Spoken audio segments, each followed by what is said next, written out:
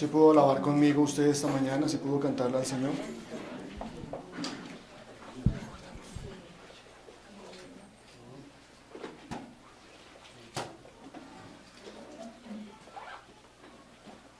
¿Cómo está usted con su Señor en esta mañana?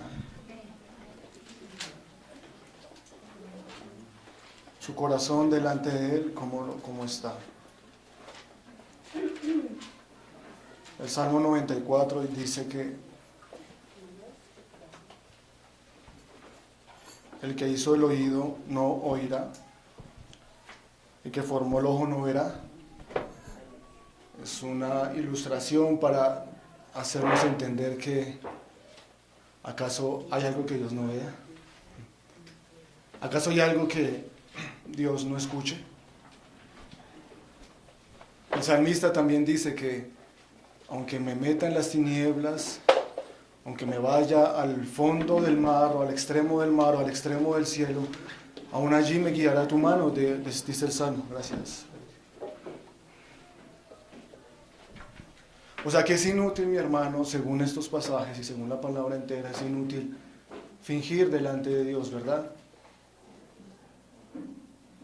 Es inútil mentirle al Señor, no, es imposible mentirle al Señor, ¿verdad?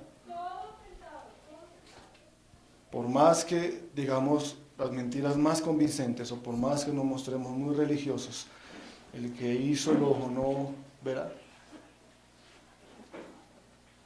Y si tuviéramos esa conciencia, mi hermano, le aseguro que nuestro caminar sería distinto. Porque cuando queremos pecar, lo primero que tratamos de hacer es que nadie sepa o que nadie vea, ¿verdad? Guardar la apariencia frente a los demás.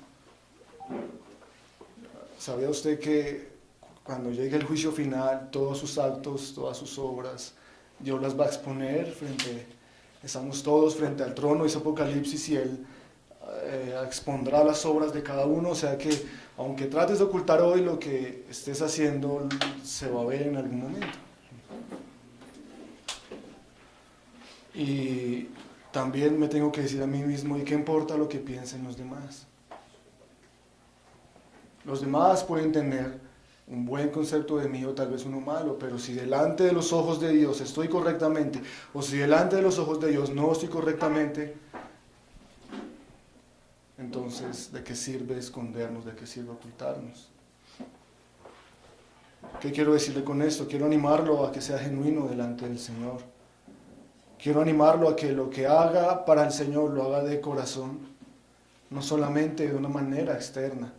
Los fariseos, a pesar de que cumplían todos los requisitos de la ley, a pesar de que cumplían todos los ayunos, todos los cultos, todas las oraciones, evangelizaban. La palabra dice que recorrían mar y tierra por conseguir un discípulo.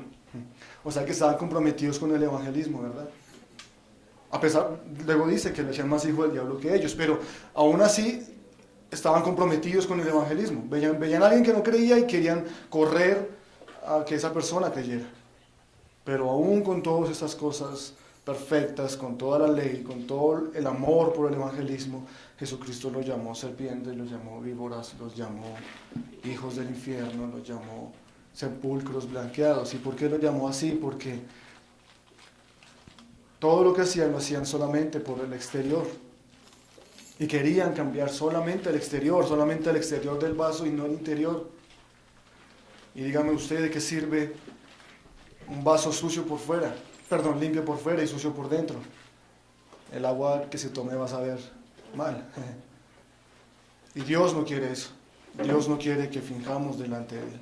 Él quiere transformar nuestro corazón para que al transformar nuestro corazón, entonces lo que hagamos sea porque nuestro corazón es transformado.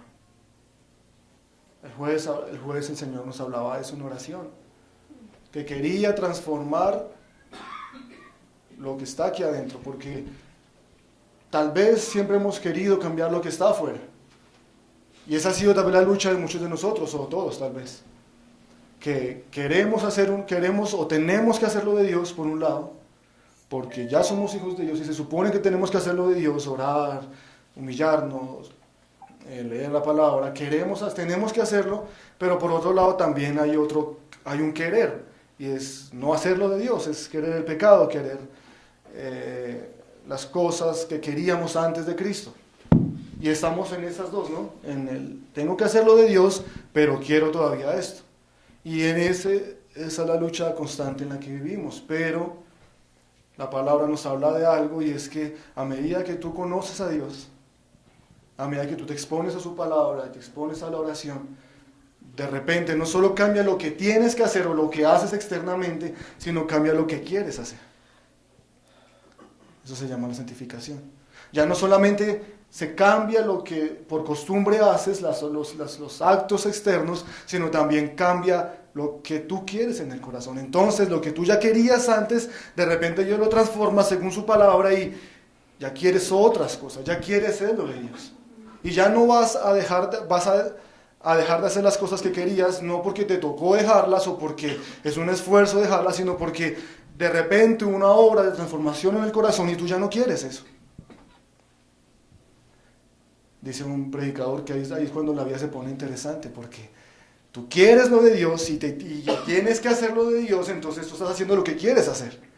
Entonces la vida se vuelve un disfrute, porque estás haciendo lo que quieres hacer.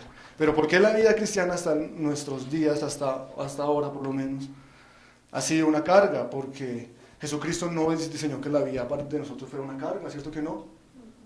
Llevad mi yugo sobre vosotros, que mi yugo es fácil y ligera mi carga. Entonces la vida del Señor no es una carga, no es pesada. ¿Por qué ha sido pesada? Por lo que acabo de decir, porque aún queremos la vida antigua, lo que ya no somos. Porque ya no somos eso.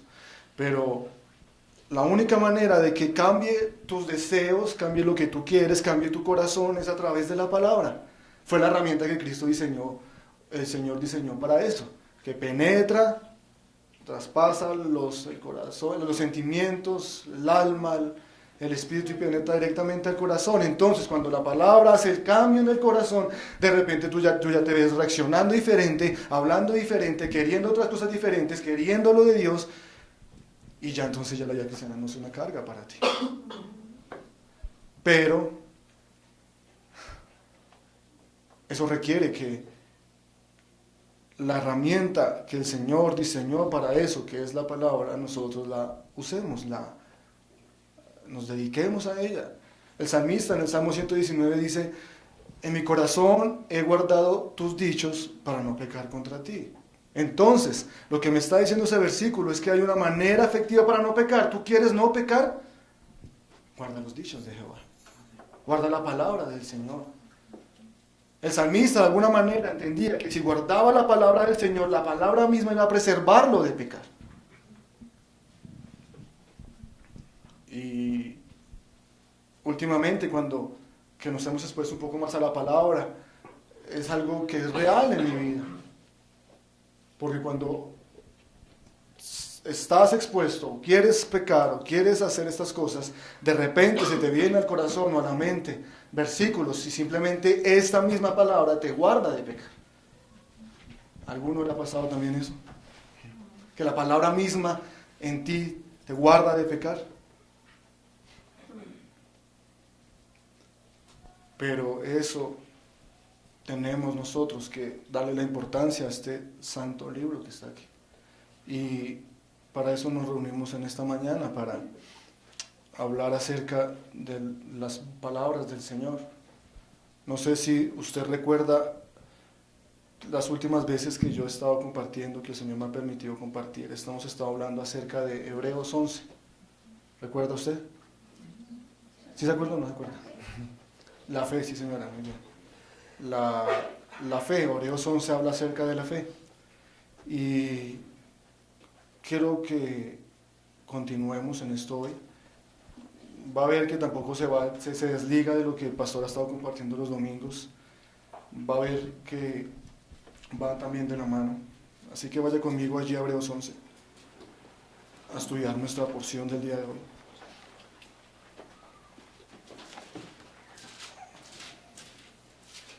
¿Después de qué libro queda Hebreos? ¿O después de qué carta queda Hebreos?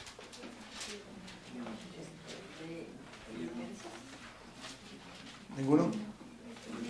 De Filemón. Y antes de... Sí, es Filemón, sí, ¿cierto que sí? Después de Filemón y antes de Santiago, ¿cierto? ¿De Tito?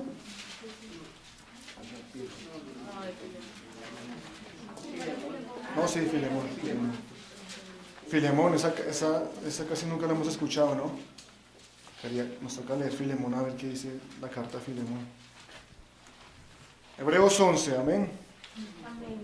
Lea conmigo, vamos a estudiar solamente del versículo 11 del versículo 23 al versículo 29, que es la vida de fe o el ejemplo de la fe de Abraham, de Moisés. Voy a leerlo, léalo conmigo. Por la fe también, perdóname, el 23. Dije 23, ¿cierto? Sí, dije 23. Por la fe, Moisés, cuando nació, fue escondido por sus padres por 3 meses, porque le vieron niño hermoso y no temieron al decreto del rey. 24. Por la fe, Moisés, hecho ya grande, rehusó llamarse hijo de la hija del faraón. ¿Rehusó qué? Llamarse hijo de la hija del faraón. Escogió ser maltratado con el pueblo de Dios, que gozar de los deleites temporales del pecado, teniendo por mayores riquezas el vituperio de Cristo que los tesoros de los egipcios, porque tenía puesta la mirada en el galardón. Por la fe dejó a Egipto, no temiendo la ira del rey, la ira del hombre más importante en ese entonces en el mundo, porque se sostuvo como viendo al invisible. 28. Por la fe celebró la Pascua y la aspersión de la sangre, para que el que destruía a los primogénitos no los tocase a ellos. Y el versículo 29 dice: por la fe pasaron el mar rojo por tierra seca, e intentando los egipcios hacer lo mismo, fueron ¿qué? Ahogados. Ahí tenemos en 7 versículos, ¿sí? La historia o la versión condensada de la historia de Moisés. Hemos aprendido mucho sobre la fe en esto de Hebreos. No sé, tal vez usted no ha podido acompañarnos o tal vez lo ha olvidado, pero el énfasis de este capítulo de Hebreos y de la mayoría del libro es acerca del vivir por la fe. Ahora quiero recordarles algo para poder introducir aquí. El escritor de Hebreos se desconoce, no se sabe qué apóstol fue el que escribió Hebreos. Solo sabemos que alguien un apóstol probablemente, bajo la inspiración del Espíritu Santo, escribió este libro. Sabemos que fue escrito para un grupo de judíos creyentes. Algunos judíos habían creído, por eso se llama Hebreos. Hebreos es de la tribu de Hebrón, de los judíos. Y algunos judíos habían creído en el Evangelio de Jesucristo, pero había otros que estaban interesados en ese Evangelio, pero no habían llegado a poner su fe en Jesucristo. Entiende usted, y le recuerdo que para los judíos había un problema, porque toda su religión o toda la historia de la salvación para ellos había sido a través de la ley, a través de las obras, a través de la ley de Moisés. Y toda la historia la historia de ellos se basaba en la ley de Moisés, en la Torá, en los mandamientos. Entonces, cuando llegó el Evangelio de Jesucristo, la pregunta de los judíos, y también el por qué lo rechazaron en parte, fue: ¿esto es algo nuevo? ¿O es algo nuevo? Tenemos que ponernos en los zapatos de ellos. Es como si ahorita nosotros, que tenemos toda la verdad de Cristo, toda la verdad de Jesucristo, y esa es nuestra verdad, y ese es nuestro centro, y llega alguien y empieza a hablar algo nuevo, diciendo que es Jesús, diciendo que es el Hijo de Dios, diciendo que es el enviado, y venía una revelación nueva, y entonces hay un conflicto con los judíos, porque era algo nuevo para ellos, y era algo que no era normal, porque para ellos la salvación era por las obras de la ley, y Jesucristo llegó diciendo: la salvación es por la fe. Entonces había un conflicto ahí. ¿Cómo así que por la fe? Y más aún cuando luego les dicen que no solamente para los judíos, sino también para todos los pueblos de la tierra. Entonces esto era un problema para ellos. Su comprensión del Antiguo Testamento y del judaísmo al que fueron expuestos en la época en que vivió el Señor y los apóstoles se había convertido en un sistema de obras. Todo su sistema que habían vivido hasta el día de hoy se había convertido en un sistema de obras. Haz y tendrás, no hagas, no tendrás. Si tú eres lo suficientemente bueno, vas a poder llegar al cielo, y si no, pues no. La esencia de esto era que si eres lo suficientemente bueno y moral, cumples todas las ceremonias, todos los rituales y haces tu parte para guardar la ley extremadamente, y haces todas las cosas requeridas por los fariseos. Y hay otro problema, y es que los fariseos habían agregado leyes sobre la ley. En su celo y en su deseo para que el pueblo no pecara, se inventaron muchas leyes para proteger la ley principal. Entonces el mandamiento principal, digamos, era no adulterarás o no matarás o honra a tu padre y a tu madre, y sobre ese mandamiento ellos se inventaron y agregaron muchos mandamientos más, muchas leyes más, muchos rituales más, para acercar de una manera el mandamiento central y para evitarle a todas las personas ni siquiera que se acercaran a romper el mandamiento, porque como lo cercaban con tantas leyes, con tanta religiosidad, les era al fin y al cabo imposible luego romper el mandamiento. Pero estaba mal, porque con un buen deseo habían inventado y agregado cosas que no eran.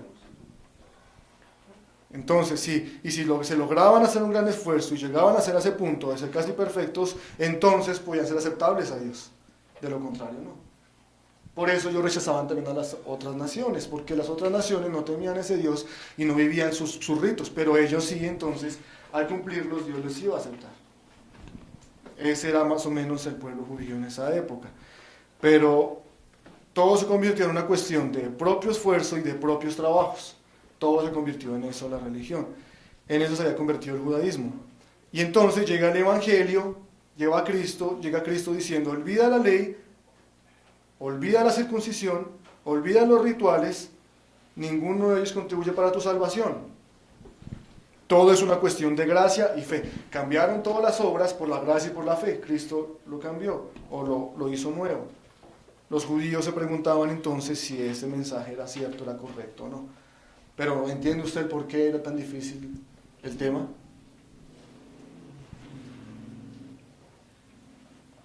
El escritor de Hebreos estaba señalando en este capítulo que la salvación siempre ha sido por fe. Y para poner este punto, regresa al comienzo del Antiguo Testamento, para mostrar a los judíos que aún la salvación siempre haya sido por fe, es que escribe Hebreos 11, para mostrarles que desde el principio, desde Adán, desde Enoc, desde los patriarcas, desde Moisés, desde Abraham, que ellos tanto honraban, desde esa época ya había sido por fe. Por eso la importancia y la razón del capítulo 11. Y en el capítulo 11 ya hemos hablado acerca de Abel, que fue el primer hombre de fe. No sé si se acuerda, pero si no se acuerda, ojalá podamos tener los videos para que lo vea. Vimos también acerca de Enoc, que caminó con Dios por más o menos 300 años, ya no recuerdo la cantidad, hasta que un día caminando con Dios no volvió, caminó hasta el cielo con él. La historia de Noé también vimos. Eso está en Hebreos 11 antes del 23, entonces fue lo que vimos ya. Cuando que Noé trabajó por la fe, en base a algo que no había visto, en base a algo que no existía, se desgastó 100 años haciendo un arca solamente por una razón, y era porque con temor reverente creyó y obedeció la palabra de Dios. ¿Recuerda usted o no se acuerda que lo vimos? Vimos también el caso de Abraham, que siendo ya viejo, Dios le permitió tener hijos y vivió como peregrino en este mundo, sabiendo que su herencia no era en este mundo. Vimos también el caso de los patriarcas, está Jacob y José, de esa parte no recuerdo si las pusimos. Y en todos estos casos hemos visto a todos estos hombres que tenían una relación correcta con Dios a través de la fe. La fe definió su relación con Dios. Amén. Ahora, viene Moisés, entonces dejamos atrás el libro de Génesis, dejamos atrás todos los ejemplos de Génesis y entramos en el libro de Éxodo, que es la historia de Moisés. El libro de Éxodo registra la historia de Moisés. La historia más prácticamente desde el principio del Éxodo hasta el final del capítulo 34 de Deuteronomio, Éxodo, Número, Levítico y Deuteronomio, prácticamente los 4 libros son la historia de Moisés. En todos ellos están los elementos de su vida. La única parte del Pentateuco que no fue escrita por Moisés, porque Moisés escribió, según la tradición, incluyendo el Génesis, Éxodo, Levítico y Deuteronomio, y la única parte que probablemente no escribió de esos 5 libros fue el relato de su muerte, pues porque estaba muerto, ¿no? Entonces no pudo haber escrito Deuteronomio. Lo escribió probablemente Josué. Para que se ría porque me mira todo mal usted. Ahora, tenemos bastantes libros y capítulos para aprender y aprender muchísimo acerca de la vida de Moisés, ¿verdad?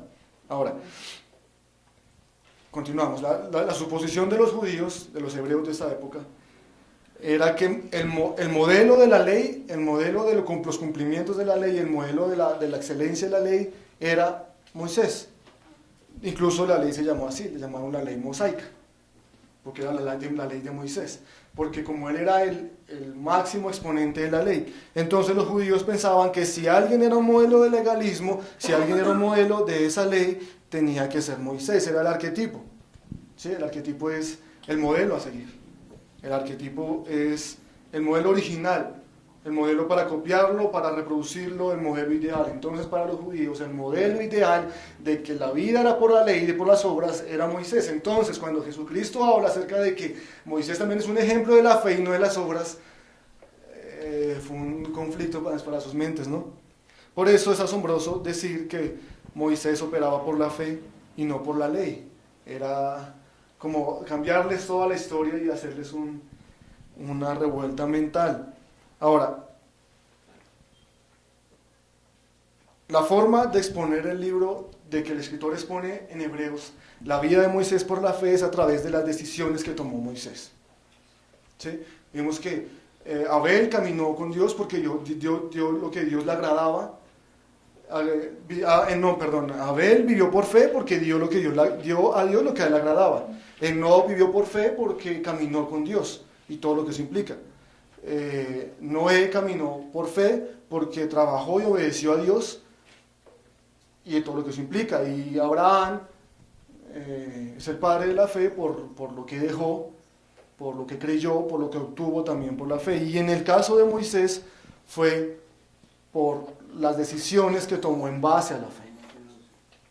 Ya lo vamos a exponer durante esta mañana. De hecho, el versículo 25 de Hebreos 11 usa allí escogiendo antes ser maltratado. El énfasis de la historia de Moisés que quiere el escritor de Hebreos aquí es que las elecciones de Moisés mostraron que tenía la verdadera fe. Como dice Santiago, muéstrame tu fe por tus obras. Cuando tenemos la verdadera fe correcta, cuando tenemos la verdadera fe que Dios nos da para salvación, eso se va a manifestar en las obras. En las obras de alguien podemos ver si tiene la verdadera fe. Y no que por sus obras tiene fe, sino que al tener la fe, eso se manifiesta en sus obras.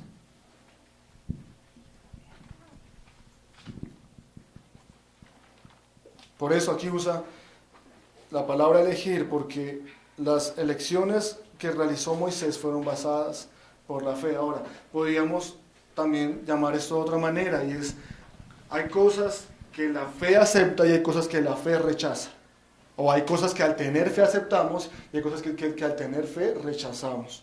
Las elecciones de la fe.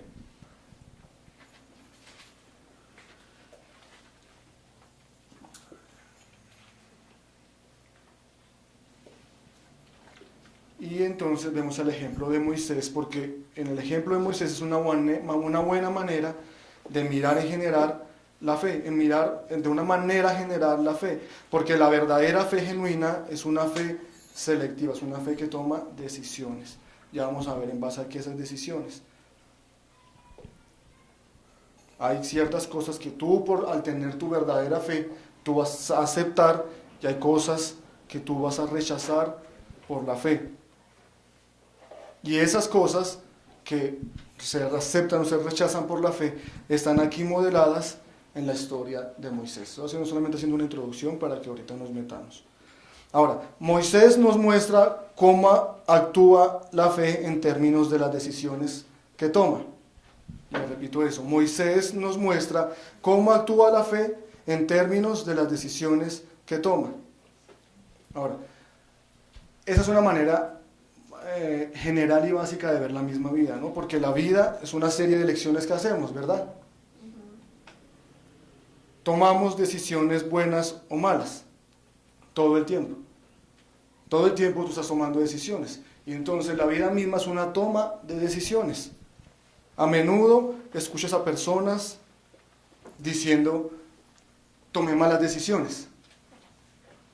Aceptando que tomaron malas decisiones, lo aceptamos. No aceptamos que soy mentiroso, soy pecador, soy lujurioso, sino que decimos, tomé malas decisiones.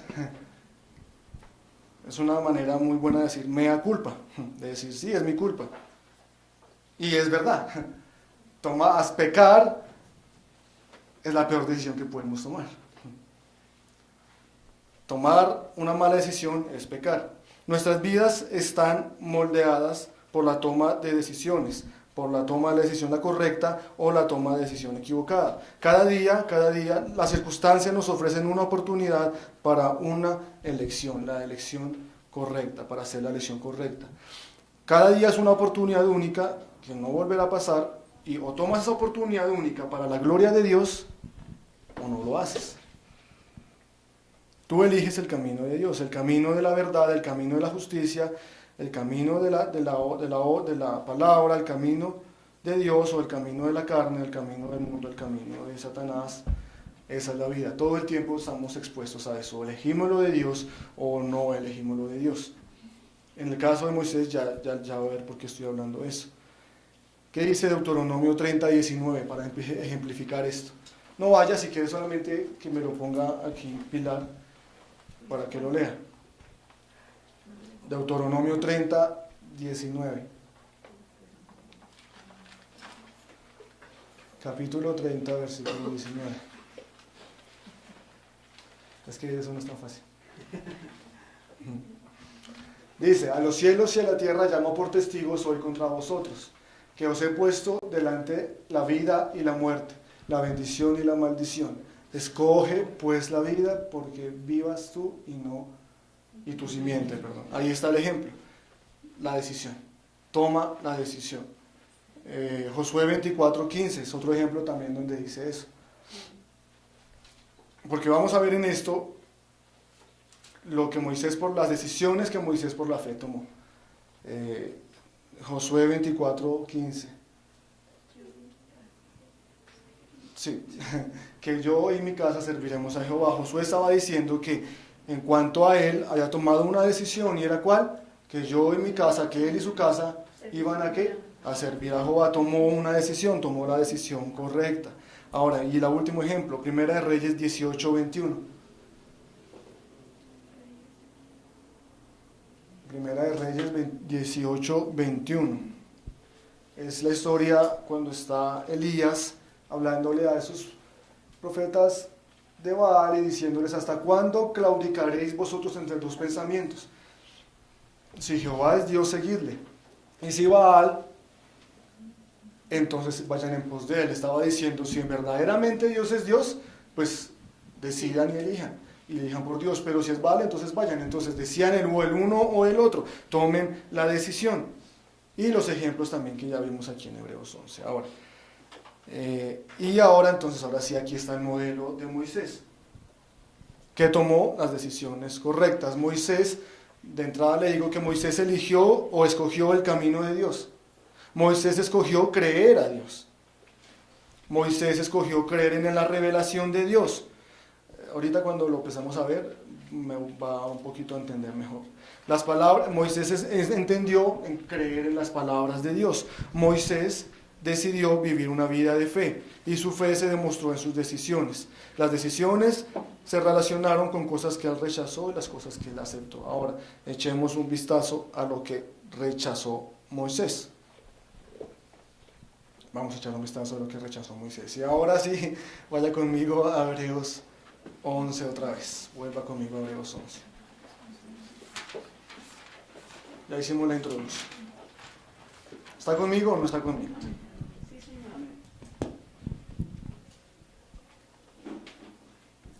El 24 dice, por la fe Moisés, hecho ya grande, rehusó que llamarse hijo de la hija del faraón. Lo primero que Moisés rechazó por la fe que tenía fue el prestigio mundial.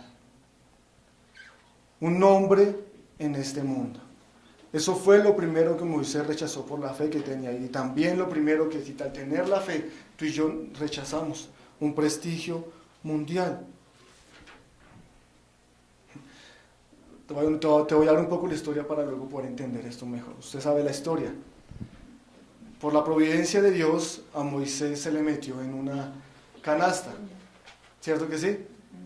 Y se le cubrió de brea. Y se le mandó por el río Nilo para que se alejara y no lo mataran. ¿Cierto que sí? Usted sabe la historia. Su madre lo hizo así porque había un decreto para matar a todos los niños judíos. ¿Cierto que sí? Usted sabe la historia. Y si hubiese sido uno de los niños que Faraón mató, entonces el orden de Dios, el plan de Dios de mandar un libertador, de sacar al pueblo de Egipto, y todo ese propósito no se hubiese podido cumplir. Y entonces Dios en su sabiduría, en su soberanía, permitió que los padres de Moisés hicieran todo este asunto que hicieron. Y dada la casualidad que ese bebé flotó y flotó por el río Nilo y terminó en una fiesta de baño de la hija del faraón, pero no una reunión de baño de la hija del faraón. Casualidad, ¿no? Vemos entonces la soberanía de Dios. Usted sabe la historia. Y Moisés llegó allí donde la hija de faraón. La historia está en Éxodo 2. Acompáñenme un momentico a Éxodo 2 porque hay cosas que yo quiero resaltar. La historia de Moisés está en Éxodo capítulo 2.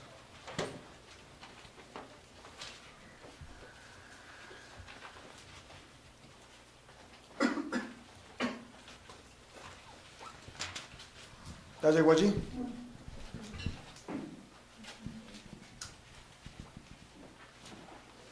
En el versículo 5, 5 y en adelante. Y la hija del faraón descendió a lavarse al río, y pasándose con sus doncellas, estaban en una reunión de baño. Por la ribera del río, vio ella la arquilla en el carrizal, y envió una criada suya a que la tomase. Ahí estaba el bebé Moisés. Siga conmigo, el 6. Y cuando la abrió, vio al niño, y aquí que el niño lloraba. Y teniendo compasión de él, dijo, de los niños de los hebreos es este. Acá no hay ninguna duda que cuando ella lo vio, supo que era un niño judío. No pensó que era otra cosa. Está absolutamente claro que ella era un niño judío, y que porque ella no lo mató, porque aunque el decreto era matarlo, ¿por qué no lo mató? Porque tuvo compasión. ¿Dónde estás tú, Pili? 5 y 6. Bueno, en el 6 dice que tuvo compasión del niño y por eso lo tiene. Entonces ella vio que era un niño judío y lo tuvo compasión, eso solamente para informativo. Ahora, Éxodo 7. Entonces su hermana dijo a la niña del faraón, la hermana de Moisés estaba siguiéndolo, y dijo, iré a llamarte a una nodriza de las hebreas para que te críe al niño.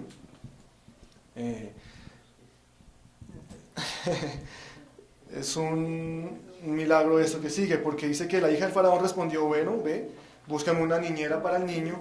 Entonces fue y llamó a la madre del niño. Qué casualidad que la misma mamá del niño terminó criando a su niño en otra casa y en otra cultura, pero y ya le voy a decir porque eso es importante, que la mamá criara al niño. Muchos dicen que el niño fue, bueno, ya les pongo esto para no irme mucho. A la cual dijo la hija del faraón, versículo 9, lleva a este niño, críamelo, y yo te lo pagaré. Y la mujer tomó el niño y lo crió. Entonces la mamá terminó salvando la vida del niño y luego también criando al niño, ¿no?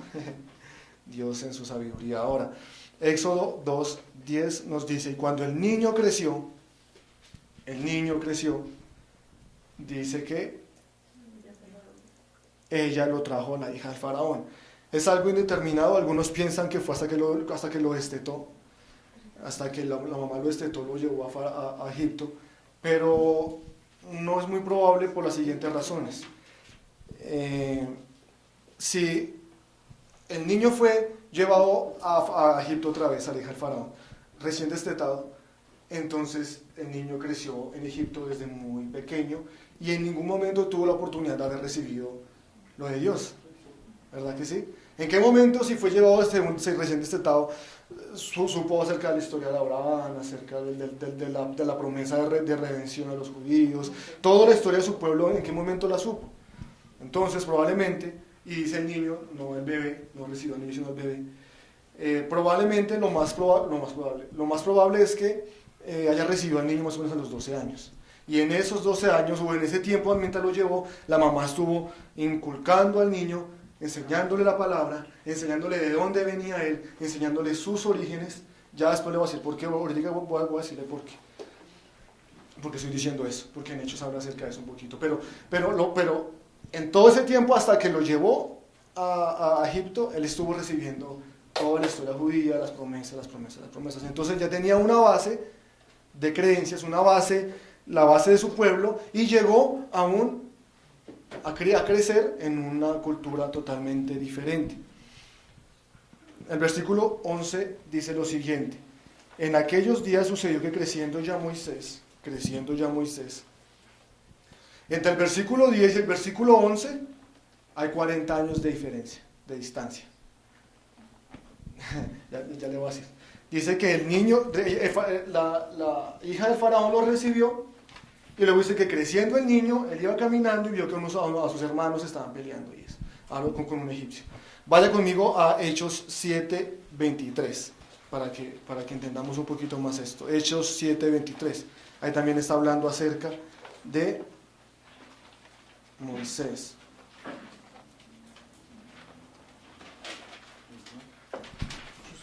Hechos 7:23.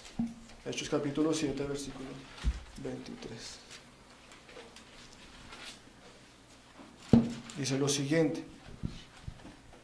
Dice, y cuando hubo cumplido la edad de 40 años, le vino al corazón el visitar a sus hermanos, los hijos de Israel. Entonces, del versículo 10 al versículo 11 en Éxodo hay 40 años.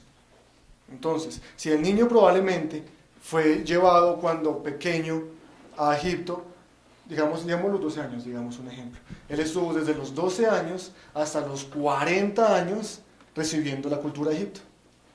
¿Cierto que sí?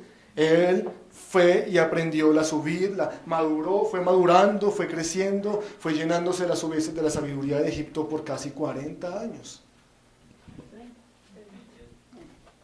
¿Cuánto les dio? ¿28? Más o menos, si fueron los 12, más o menos 28 años.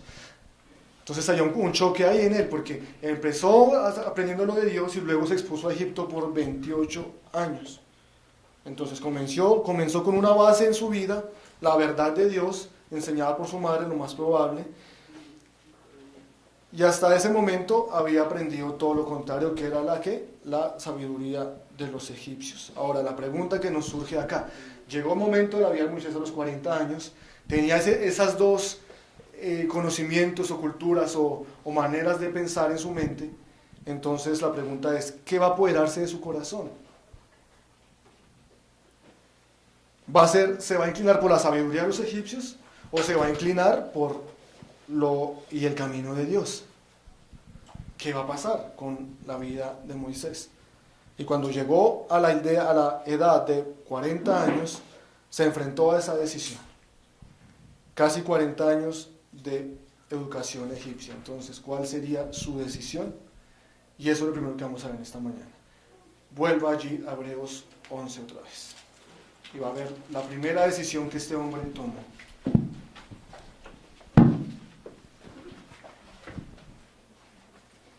Once 24.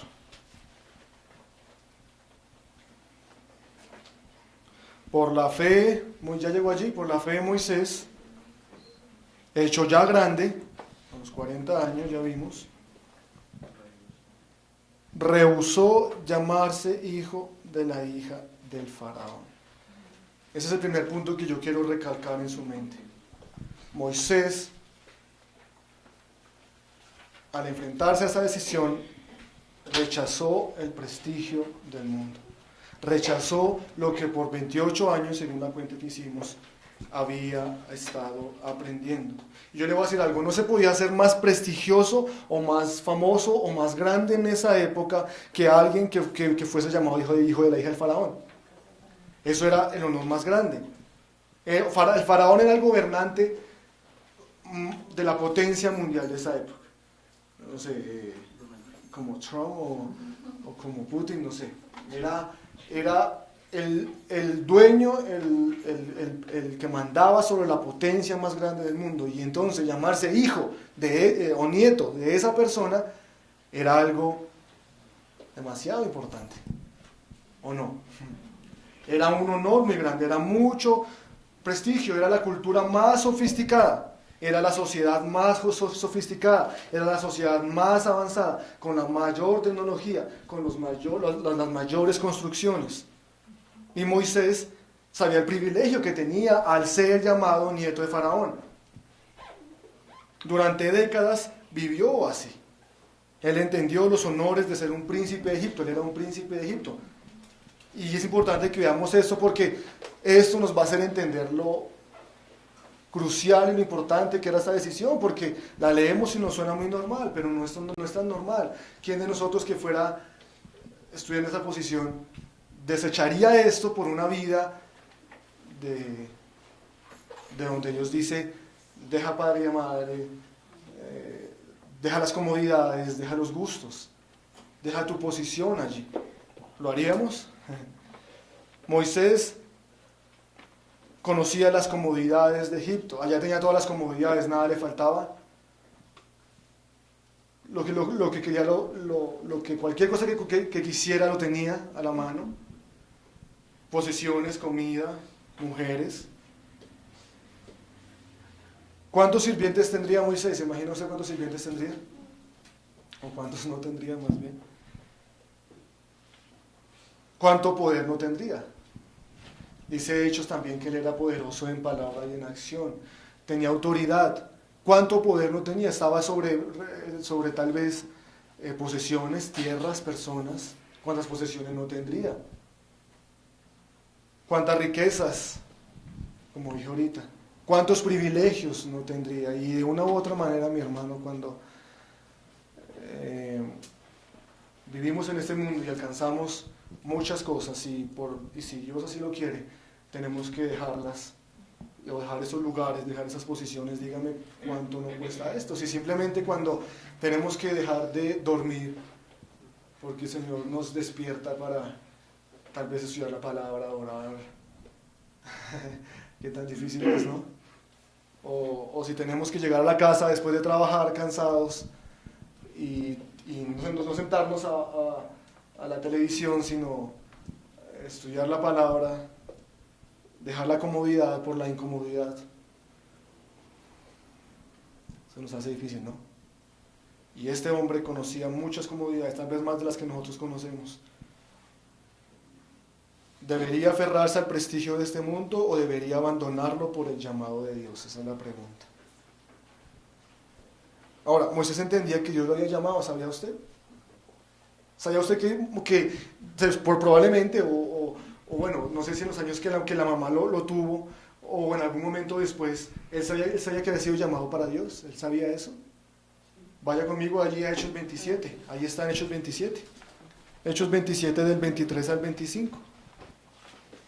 Perdón, Hechos 7, del 23 al 25. Cuando hubo cumplido la edad de 40 años, le vino al corazón el visitar a sus hermanos. ¿Por qué cree que le vino al corazón visitar a sus hermanos? Y al ver que uno era maltratado por un egipcio, lo defendió y lo hirió, y vengó al oprimido. Pero él pensaba que sus hermanos, ¿qué?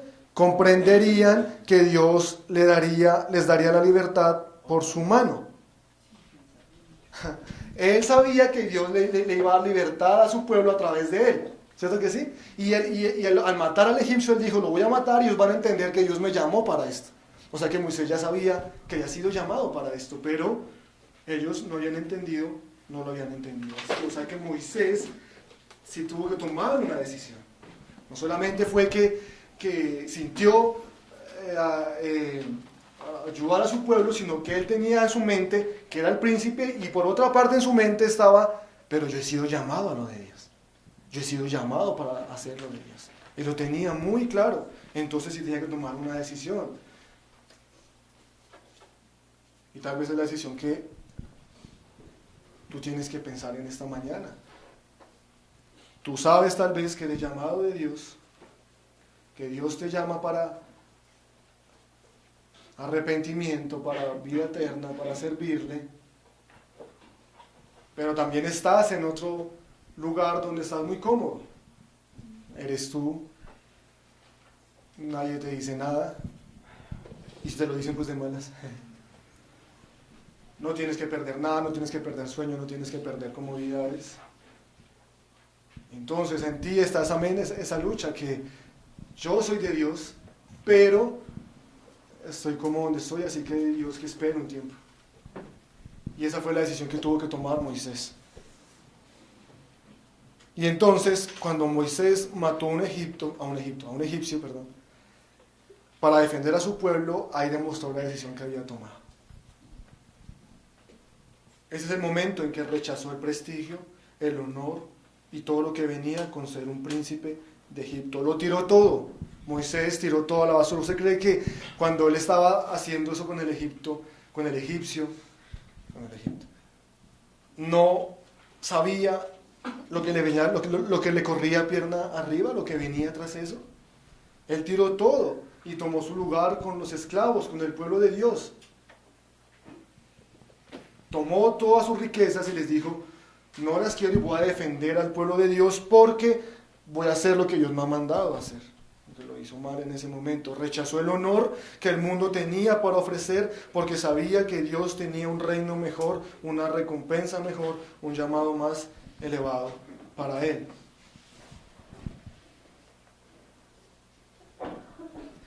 Y de una u otra manera, mi hermano, también es la decisión que cuando venimos a Dios tenemos que tomar. Sí o sí. Pienso que ninguna persona que haya sido llamada por Dios no pasa por esa decisión. Por la decisión de dejar su vida, dejar lo suyo y tomarlo de Dios. Independientemente de lo que eso implique. La luz y las tinieblas, no hay comunión entre la luz y las tinieblas. ¿Cierto que no? No la puede haber. Si tú prendes una luz en un cuarto oscuro, pues no puede haber mitad luz y mitad tiniebla. Bueno, si pones algo que haga sombra, pues de pronto, pero si es un cuarto vacío, si es un cuarto vacío, la luz se tiene que ir, ¿cierto que sí? ¿La oscuridad le gana a la luz? En este caso que estoy dando. Entonces, sí o sí, mi hermano, cuando tú naces para Dios, cuando ahora vives para Dios, cuando ahora eres de Dios, todo lo que no es de Dios se tiene que quedar a un lado. Y no es opcional. Hace parte de vivir por fe. Tú dices: yo tengo fe, yo camino por fe. En esto se demuestra vivir por fe, en que tú dejas el prestigio de ese mundo. Y yo te digo, a quien no le gusta el prestigio, es algo muy seductor. El honor, la fama. ¿Son muy seductoras o no? ¿A quién no le gusta? De hecho, ¿a quién le gusta que le hagan mala cara cuando está hablando? ¿A quién a nadie le gusta? ¿Cierto que no? Pero cuando hablamos de Cristo frente a alguien que no quiera a Cristo, cuando hacemos lo de Cristo y no lo que la gente, lo del mundo, recibimos ese tipo de cosas. ¿A quién le gusta eso? ¿A quién le gusta perder eso? ¿Quién de nosotros cuando estábamos más jóvenes, mucho de lo que hacíamos era por encajar en algún lugar, o porque la gente nos aceptara, o porque les cayéramos bien, o para no sentirme estorbando o algo así? Porque era la misma, era lo mismo la lucha que tenía que tener allí Moisés. Y él tuvo que perder y dejar muchas cosas, a veces nosotros no tantas. Él sí tuvo que dejar todo, absolutamente todo, todas sus posesiones, comodidades, etcétera. Todo, absolutamente todo, y volverse y salir huyendo. Entonces la fe de este hombre se manifestó en eso. Y tu fe, mi hermano, si tienes la fe genuina, también se manifiesta también en esto. Todo era suyo como príncipe de Egipto. Cambió lo que tenía por lo que no tenía. ¿A quién hace eso? Cambió por lo que tenía, comida, solamente la comida, por ejemplo, porque se me vino a la mente. Cambió la comida que tenía en Egipto por ir a un desierto donde le tocaba, pues, que iba a comer en un desierto. Tenía que ir a buscarse algo, ¿no? Y en Egipto tenía su comida. En Egipto tenía vestidos, ropa, y salió huyendo con la misma ropa en un desierto en el que cambió lo que tenía por lo que no tenía. No es un cambio inteligente, ¿no? Humanamente hablando. Lo que pasa es que como nuestro reino, nuestra riqueza no es de esta tierra, y a veces no la podemos ver, entonces no vemos el valor que tiene. Y pensamos que lo que vemos y que sabemos que es bueno, que es rico, que es una riqueza para mí, es mejor que lo que es mi riqueza verdadera y que no veo. Pero eso está mal. Estamos viendo viendo algo como no tenemos que verlo. Intercambió lo que podía ver por lo que no podía ver. ¿Cierto que sí? Moisés podía ver un futuro muy próspero, muy exitoso, muy tranquilo, muy próspero. Y cambió ese futuro próspero por un futuro que, pues Dios dijo que iba a liberar al pueblo a través mío, y lo cambió y lo dejó todo. Muy parecido a lo que hizo Noé, que a pesar de que la gente pasaba y se burlaba, a pesar de que trabajó por 100 años y el sol estaba radiante en el cielo y no conocía la lluvia, no sabía qué era eso, a pesar de que Dios no le dio una visión de la lluvia, a pesar de esas cosas, él seguía trabajando, seguía trabajando, seguía trabajando, por una sola razón, porque Dios lo dijo. Yo no sé qué va a venir, pero Dios lo dijo, y este hombre hizo eso. La mayoría de personas viven toda su vida persiguiendo esas cosas que Moisés dejó. ¿Cierto que sí? Nosotros también. Pasamos toda nuestra vida persiguiendo todo eso. Quiero que entienda algo, mi hermano, y es que no sé cuánto lleve usted en el Evangelio, si lleva harto, ya poco, no lo sé. Pero ya que está en el Evangelio, vivir para Cristo es una vida diferente. No es una vida mejor en este mundo, una vida de este mundo mejor. Es diferente, es totalmente diferente. Si Cristo hubiese sido, y su camino hubiese sido agradable para los de su época, no lo hubieran matado. Él dijo, si yo fuera rey, entonces si fuera rey de este mundo, mis seguidores no dejarían que me mataran. Pero vivir para Dios en este mundo, tú que eres joven o que no, es una vida totalmente diferente. Totalmente diferente. Porque ya no basas tus decisiones ni tu caminar conforme a lo que tú deseas, sino conforme a lo que Dios manda. Y muchas cosas de las que Dios manda van en contra de este mundo. Te voy a dar un ejemplo que el Señor nos recordó el jueves, y la palabra dice que la belleza de una mujer no sea en el adorno externo, en aretes y en... no sé qué más usa ahí, ¿qué palabra? Peinados, sino que la belleza de una mujer es su carácter afable y apacible.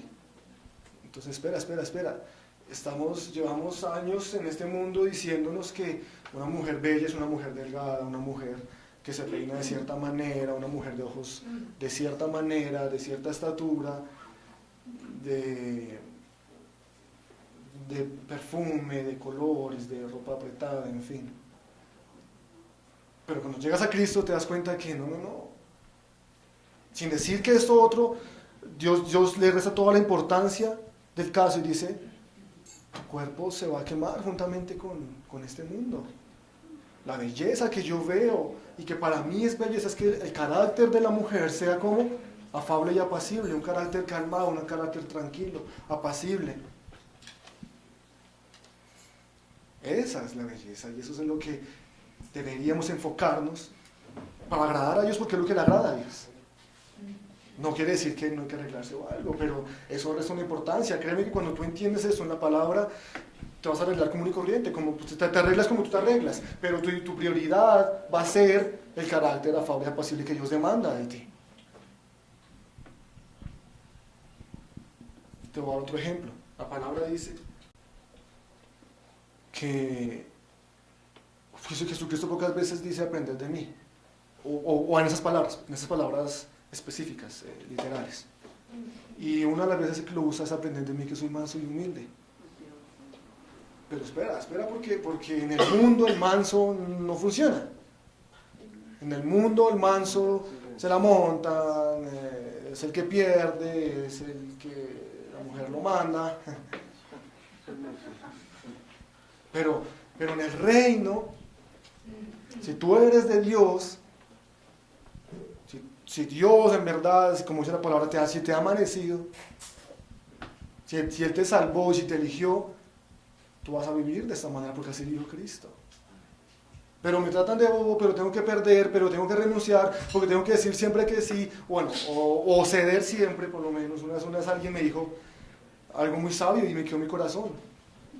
Un amigo me dijo, hay veces en tu matrimonio que tienes que decidir o tener la razón o tener tu hogar. Y eso es una manera ejemplificada de decir, sé manso. Tal vez no tenga la razón, pero Dios se manda a ser más. Tal vez tenga la razón, pero Dios se manda a ser manso. Porque es que en el reino de Cristo se vive de una manera diferente. Y no es yo vivo de mi manera, Dios se ajusta a mí. Entonces, ¿quién es Dios ahí? Dime quién es Dios ahí. Cuando Dios se tiene que ajustar a mí, entonces ¿quién es Dios? Yo. Y Dios tiene que someterse a mí. Y no. Así no es esto. Te voy a dar otro ejemplo. Y lo puedo decir. No por autoridad humana, sino porque la palabra dice, la palabra es la autoridad, no yo. Pero la palabra dice que esposos amad a sus esposas como Cristo amó la iglesia.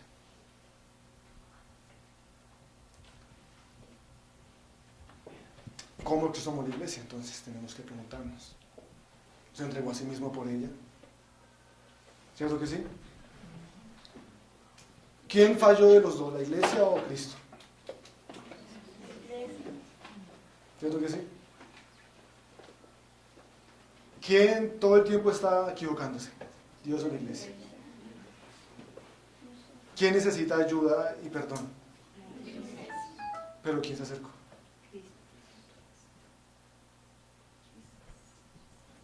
¿Cómo así? Entonces, cuando yo estoy peleando con mi esposa y yo tengo la razón, tengo que esperar que ella venga a darme la razón. No, según la palabra, tengo que decirte que no. Tienes que acercarte tú. Y yo no lo digo por experiencia mía, lo digo porque lo que la palabra manda. Tienes que acercarte tú al transgresor, decirle: aquí estoy, te amo, arreglemos. Y esa es la manera en que Cristo amó a la iglesia, esa es la manera en que ustedes tienen que amar a sus esposas, mis hermanos. ¿No va conforme a este mundo? No. ¿No es lo que tal vez me guste? No. ¿No es el modelo que aprendí? No, probablemente no. Pero es lo que Dios manda. Y si no hacemos lo que Dios manda, entonces no le amamos. El que me ama, ama mis mandamientos. Entonces, la vida cristiana, mi amado, vivir para Cristo no es solamente religión o como les dije ahorita, una vida mejor en este mundo, es totalmente diferente. Y le puedo dar muchísimos ejemplos. Como el ejemplo que el Señor habla acerca de no amar al dinero, no poner su esperanza en el dinero.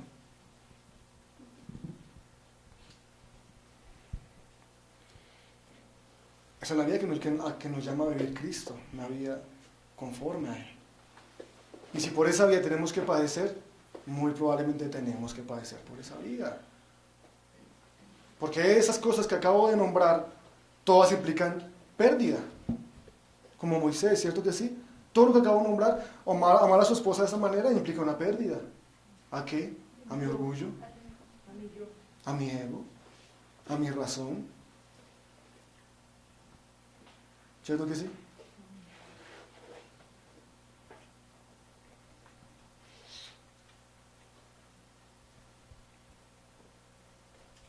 Y para este hombre Moisés, vivir para el Señor también implicó una pérdida.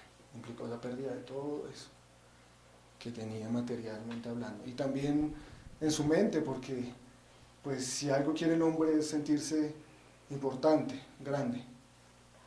Y creo que la mujer también, o sea, me refiero a hombre como género, como raza. Sentirse en una posición más alta que otros hombres. ¿Cierto que sí? Y Moisés tenía todo eso. Y tuvo que decirle no a todo eso para hacer lo de Dios. Eso es un acto de fe. Eso es vivir por fe. Eso es con tus actos y tus decisiones mostrar la verdadera fe que tienes. Moisés lo tenía todo y se dio por vencido para el propósito de Dios. Se identificó con los esclavos porque eran el pueblo de Dios y Dios tenía un plan con ellos. Por eso se identificó con los que tenían el plan de Dios y un propósito de Dios. Entonces Moisés confió en Dios, dependió de Dios para cumplir el propósito en su vida. Eso es la fe y la dependencia en Dios. De alguna manera él tuvo que no solamente dejar todo eso, sino que también abandonarse y confiar en todo lo que Dios decía. Literalmente rechaza lo que tiene en sus manos y toma el maltrato de su pueblo y elige estar con los del pueblo de Dios. Sigámoslo poniendo en nuestro contexto común de hoy. La fe rechaza al mundo, todo lo que el mundo tiene para ofrecer. Todo lo que el mundo tiene para ofrecer a nosotros no nos debe interesar, mi amado, no nos debería interesar. Es increíble que Pablo dice, por Cristo, lo voy a decir parafraseado, no recuerdo lo que dice literalmente, pero dice, mi interés por el mundo ya no lo tengo, y el interés del mundo por mí tampoco.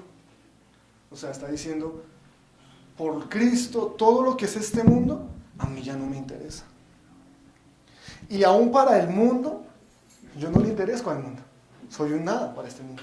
Y en vez de sentirse triste y afligido porque en este mundo no era nada, dijo, esto me da un testimonio de que yo soy de Dios porque no soy de allá. Si fuera allá, entonces será contentos conmigo. En cuanto a las costumbres y a las maneras de vivir de este mundo. Si encajáramos perfectamente en el mundo y sus deleites y placeres, entonces no estamos siendo de Dios.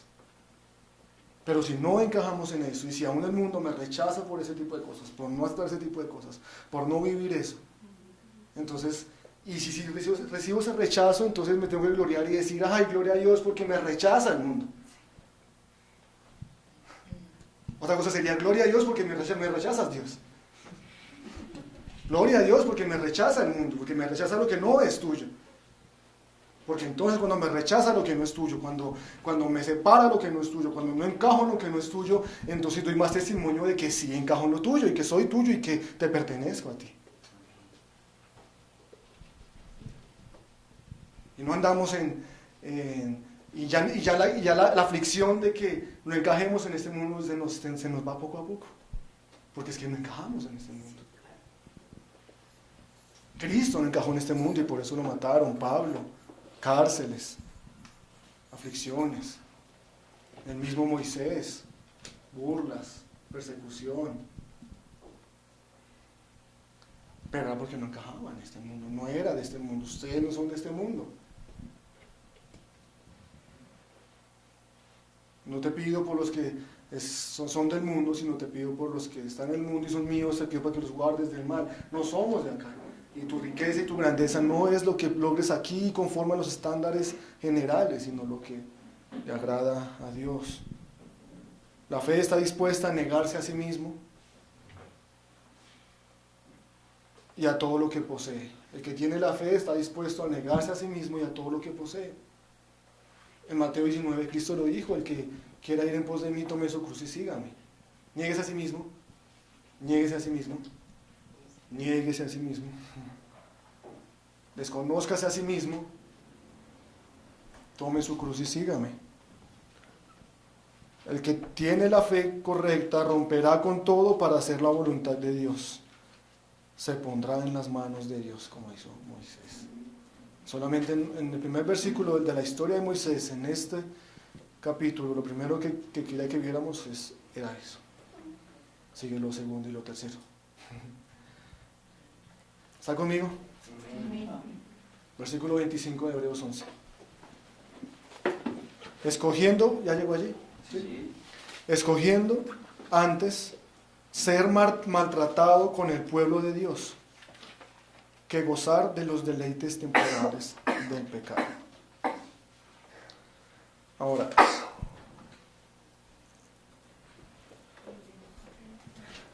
escogió, dice allí, ¿no? Escogió. Ahora le digo algo: el pecado, ¿ha escuchado eso o lo ha dicho alguna vez? El pecado es divertido, el pecado es placentero, disfruta el pecado. ¿No lo ha escuchado? Había mucho de eso, de esa manera de pensar, de goza el pecado, disfruta el pecado es divertido, el pecado es placentero. Había mucho de esa manera de pensar en el contexto y en la cultura egipcia de esa época. Había mucho de eso. Si tú eras egipcio, podrías complacer en esa época todos los deseos a tu voluntad, especialmente si fueras príncipe. En esa época, en todas las tribus, y sobre todo en la potencia mundial, tú podías satisfacer todos los deseos que quisieras. Y ahora cuenta eso si eres príncipe. Si eres príncipe, ¿quién te iba a decir que no? Si como ciudadano todo el mundo lo hacía, como príncipe, imagínate, como Moisés. Nada dentro de ti tendrías que detenerlo. Si hubiese sido príncipe en esa época, nada dentro de ti tenías que detenerlo. Ningún deseo sensorial te hubiese quedado incumplido en esa época. Ninguna lujuria hubiera quedado insatisfecha. Moisés tuvo que estar dispuesto a darle la espalda a todos los placeres del pecado, y él estaba rodeado de todos los placeres por su posición. Él estaba rodeado, repleto, lleno de todos los placeres, y él tuvo que darle la espalda a todos esos placeres, a todos. No le quedó ni uno. Fue llamado a entregarlo todo para convertirse esclavo con su pueblo, a los ojos del mundo, ¿no? Esclavo a su pueblo. Moisés escogió rechazar los placeres momentáneos del pecado por los dividendos duraderos por Dios. Por eso hoy dice que prefirió ser maltratado. ¿Quién prefiere ser maltratado? Escogió ser maltratado antes que ¿qué? Que gozar, como dice ahí, de los deleites temporales del mundo. O sea, dice maltratado por gozar. Maltratado por gozar los deleites. ¿Quién escoge maltratar por gozar los deleites? David no pensó eso, como pensaba, de verdad que no. Aunque ya después estaba diciendo: mi pecado está siempre delante de mí. Moisés tomó la decisión correcta, la decisión de fe. Esto también es así como la decisión de separarse del mundo, y esto también es algo inevitable en la vida de todo cristiano también. Pienso que es algo que también el cristiano tiene que vivir, y es escoger ser maltratado o gozar.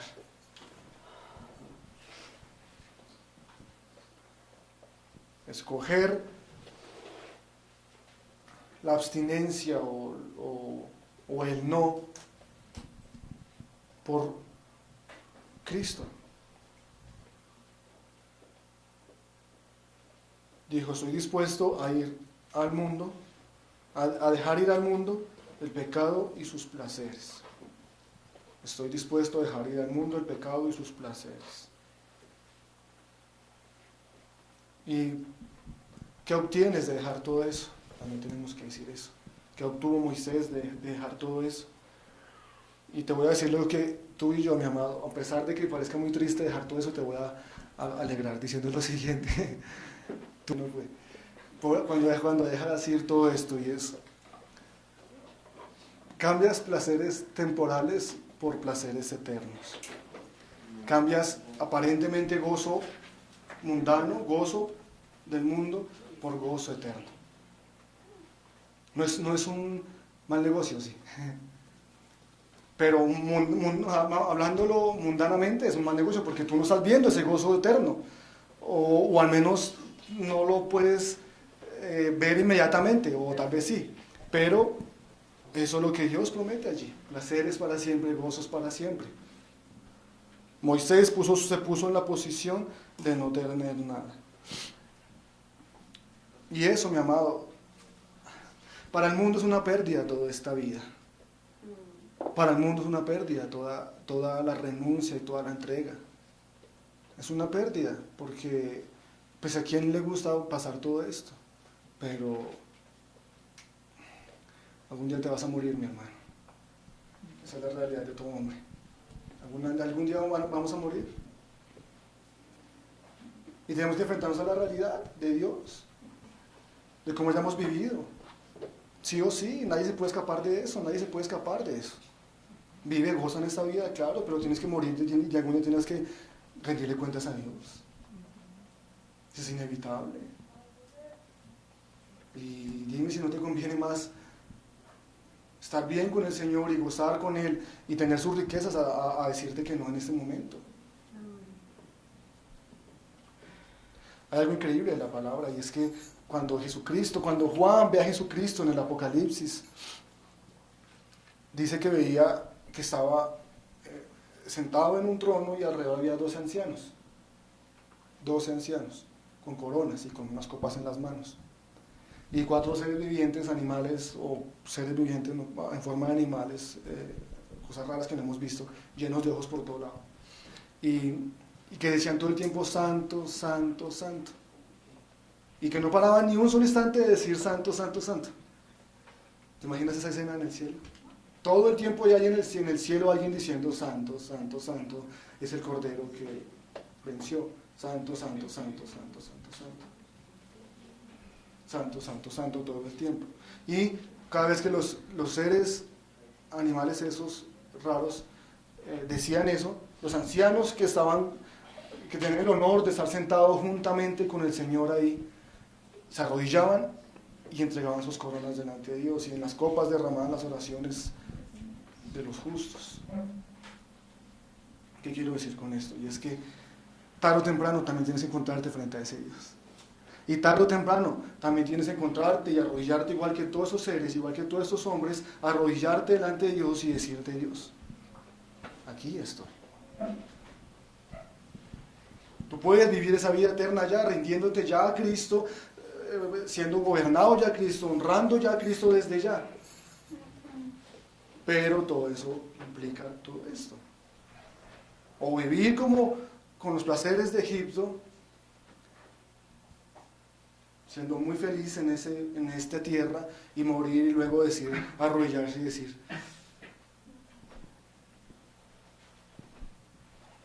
créeme que una vida aquí larga no se compara con una eternidad allá arriba. Amén.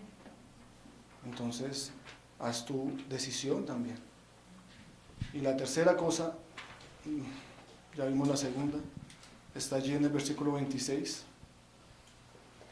Teniendo por mayores riquezas el vituperio de Cristo que los tesoros de los egipcios, porque tenía puesta la mirada, ¿dónde? En el galardón. La tercera cosa de la que se apartó Moisés no solo fue el prestigio del mundo, no solo fueron los placeres del mundo, sino también que la tercera es la abundancia del mundo.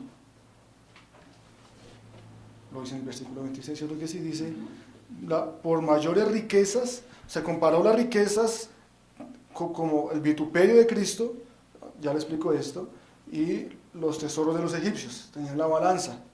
Ahora, dice, la Biblia de las Américas dice consideró, aquí dice teniendo por mayores, pero la palabra es consideró, o sí, consideró.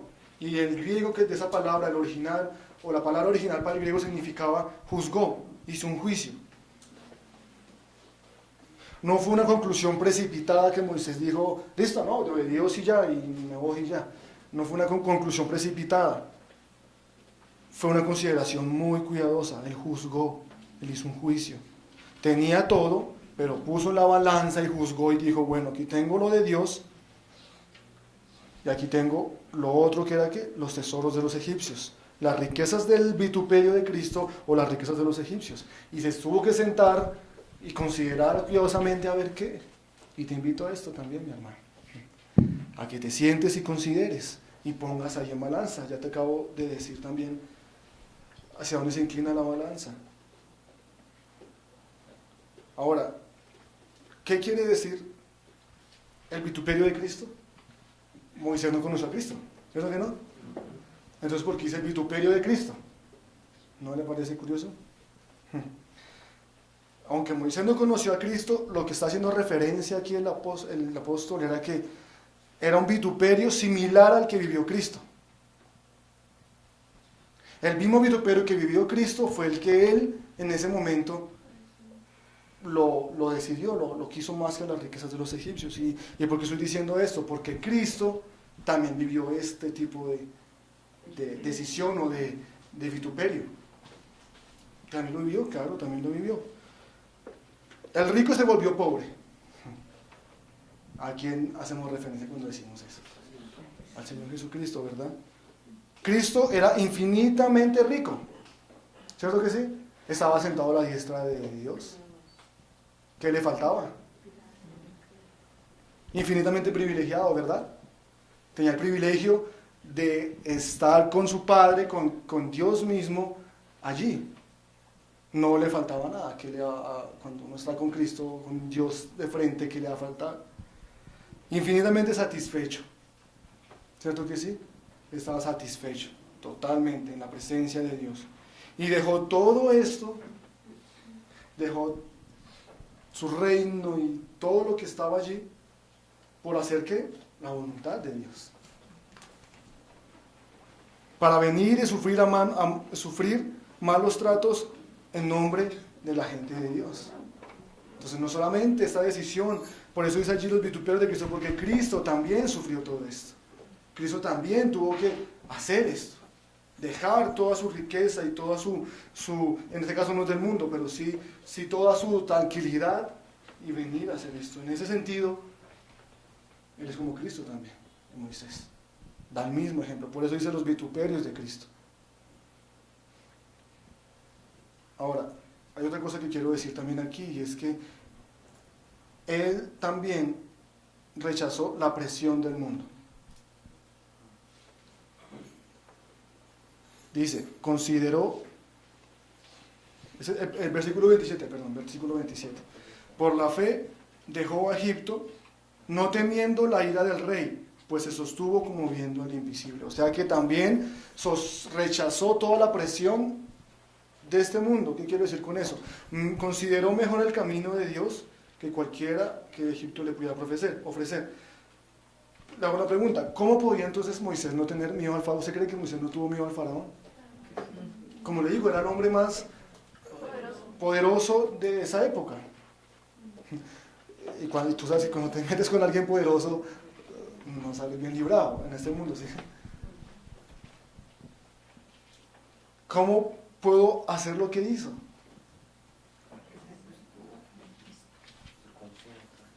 Su vida estaría en juego, ¿verdad que sí?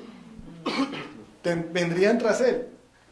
Mató a era parte de la familia de Faraón, luego mató a un egipcio, y pues imagínense qué pasaría, irían tras él, le echarían los guardias encima. Faraón era el hombre más poderoso de esa época, tendría que huir por toda su vida, no podía volver a Egipto, porque donde volviera lo mataban.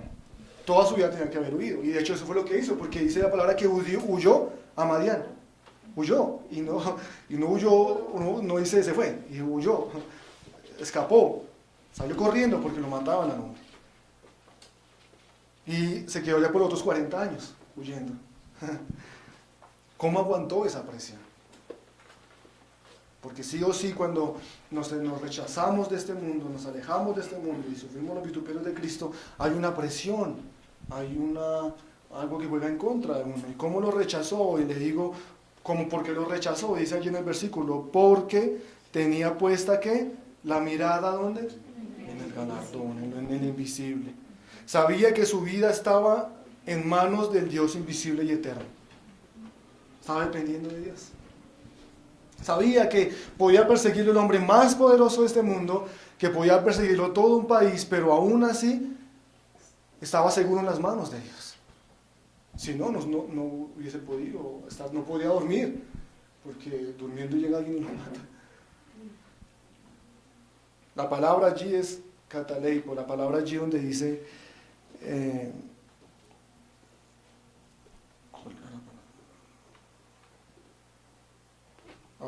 la palabra allí es... la palabra aquí dice teniendo por mayores riquezas el vituperio de Cristo.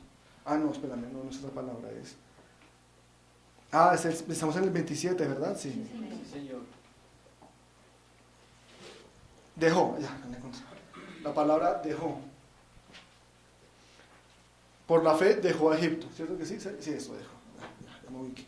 La palabra ahí en el griego es cataleipo, y la palabra cataleipo se usa pocas veces en el Nuevo Testamento, y siempre que se usa la palabra no solamente es dejar, como normalmente la hablamos, sino también tiene una connotación un poquito más importante, y significa una renuncia de corazón. Por eso dice, en Lucas dice que cuando dice que muchos lo dejaron, o que deja padre y madre y me sigue. Si alguien no deja padre y madre y me sigue, la palabra que usa dejar padre y madre es la misma cataleipo, la misma que es una renuncia de corazón. No solamente es que me voy de mi padre y mi madre y los dejo y ya, sino es que en el corazón lo dejo. Más que físicamente es un abandono consciente, es un abandono desde el corazón, más que algo físico. No solamente abandonó físicamente a Egipto, sino que también renunció a Egipto. No solamente dejó de hacer las cosas, sino que renunció a eso. No quiso saber nada más con eso. De corazón dijo, no más. Renunció a eso. Rechazó a Egipto y a cualquier poder de Egipto sobre su vida. Increíble que usa esa palabra, ¿no? Que es una palabra un poco más profunda. Rechazó el miedo al hombre. Aquí tenemos a alguien que no teme a la ira del rey porque sabe que su vida está en las manos de Dios. Lo que ya les dije ahorita. No tuvo temor de la ira del rey porque sabía que estaba su vida en las manos de Dios. Estaba en las manos seguras. Y yo te digo eso también, mi hermano. Estás en las manos seguras si estás en las manos de Dios. No estás en las manos de hombre. El hombre cambia, Cristo no cambia. Es el mismo ayer, hoy y siempre. Si estuvieras en las manos del hombre, el hombre hoy se puede mostrar muy bien contigo y mañana no, porque el hombre es cambiante. Y es normal, así también soy yo, así somos todos, somos variables. Entonces no estamos seguros en ninguna manos, porque si estamos en las manos de alguien que cambia, no estamos seguros. Pero en las manos de Dios, que no es cambiante, estamos seguros en sus manos, porque no cambia. Si te dijo que te iba a cuidar ayer, dime si eso ha cambiado hoy. Y va a cambiar cuando estés en el mayor peligro, como que te persigan tu vida, no va a cambiar. Porque es que Él dice, bueno, yo te cuido, pero hasta cierto punto, porque ya no te puedo cuidar. No, Él dijo, yo te cuido y te va a cuidar, porque Él no cambia, Él no varía. Él dijo, yo estaré con vosotros hasta el fin del mundo, eso tampoco cambia. Está aquí y eso no cambia. Él dijo, te perdono y eso tampoco cambia. Aunque falles en lo mismo, tal vez. ¿Eso cambia? No, no cambia. Porque entonces Él cambiaría y entonces negaríamos la palabra. Entonces estamos seguros en las manos de Dios, mi hermano. Estamos allí si estamos seguros. Y para terminar, cuán valiente e intrépido fue Moisés, cuánta fuerza tenía en su interior, cuánta valentía tenía por la fe que Dios le había dado, pues siendo un pastor de ovejas, sin ejército, sin armas, llegó a Egipto, volvió allá donde lo estaban buscando para matar a este hombre, y llegó allí y le dijo, deja sacar a mi pueblo. Así, ¿no? Como si nada hubiera pasado. Y luego le dijo, donde no lo hagas, te viene esto. Imagínate amenazándolo. O sea, tal fe tenía Dios le dio a este hombre, tal seguridad, tal confianza en Dios, tal separación de ese mundo, tal convicción, que cuando tenía que hacerlo de Dios, cuando tenía que obedecerlo de Dios, no se interpuso su miedo a la muerte, ni su miedo al hombre, sino simplemente hizo lo de Dios y punto. Volvió allá y le dijo, saca a mi pueblo. Y el versículo 28 dice lo siguiente, por la fe celebró la Pascua y la aspersión de la sangre para que el que destruía a los primogénitos no nos tocase. Por la fe también que tenía Moisés celebró la Pascua, se cumplió lo que Dios le dijo que tenía que hacer, porque si lo cumplía, la muerte no iba a tocarlos a ellos. Se me agotó el tiempo, no puedo exponer un poquito más, pero básicamente eso es lo que dice, creyó en las palabras de Dios, que Dios le dijo, voy a hacer esto, hace esto, y obedeció inmediatamente. Y el 29 ahí termina, dice, por la fe pasaron el mar rojo como por tierra seca, e intentaron los egipcios hacer lo mismo y fueron ahogados. Por la fe también descansó en Dios. Y aquí también puedo dar otro ejemplo, mi hermano, de que estaban las manos correctas. Se enfrentó frente a un mar que tenía que pasar y no podía pasar de manera natural y tenía atrás al egipcio. Y es como nos encontramos frente a las aflicciones de este mundo, frente a las dificultades. Yo decidí a Cristo, tengo que seguir caminando, pero ahora estoy que me muero, estoy a punto de, no hay nada que hacer. Y su fe no fue avergonzada, Dios hizo lo que tenía que hacer en ese momento. Abrió el mar en dos, algo que no sé si alguna vez veamos, más allá de las películas, físicamente hablando. Amén. Entonces, mi hermano, podemos ver allí en la vida de Moisés que la vida de Dios es diferente. La vida para Dios, vivir en Dios requiere renuncia, requiere separación, requiere confianza, dependencia en Dios.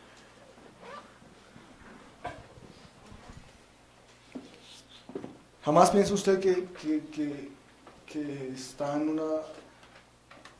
una religión solamente porque lo lleva para el cielo. Si bien eso es cierto, obviamente, si camina en Dios, eso va directamente al cielo. Le invito a que piense más allá, y es que esto es un cambio de vida, es seguir a Cristo. Y seguir a Cristo implica todo esto que ya vimos en este hombre y lo que hemos visto. Y también le animo a que, si tiene que tomar la decisión, como tuvo que tomar a este hombre, que a los 40 años tuvo que pararse y decir, bueno, o Egipto o lo de Dios. Si tiene que hacerlo, y si está en ese momento de su vida, porque tal vez lo está,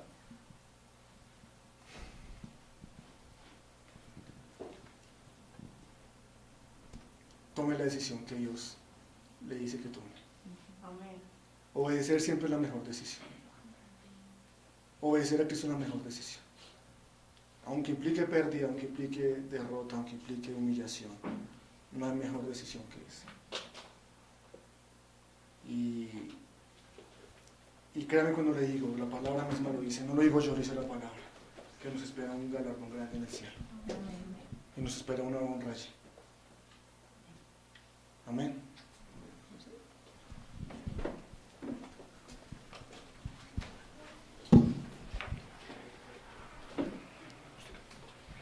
Bien, póngase en pie.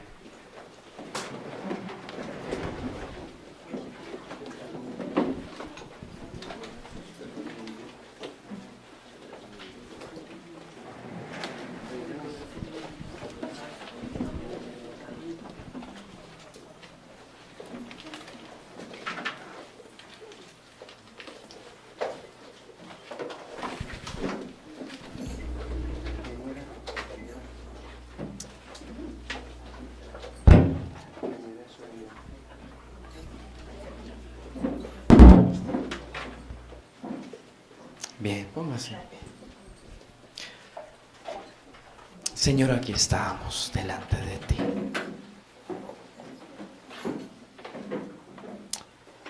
Quiero aprovechar lo que en esta mañana tú has hablado a nuestro corazón.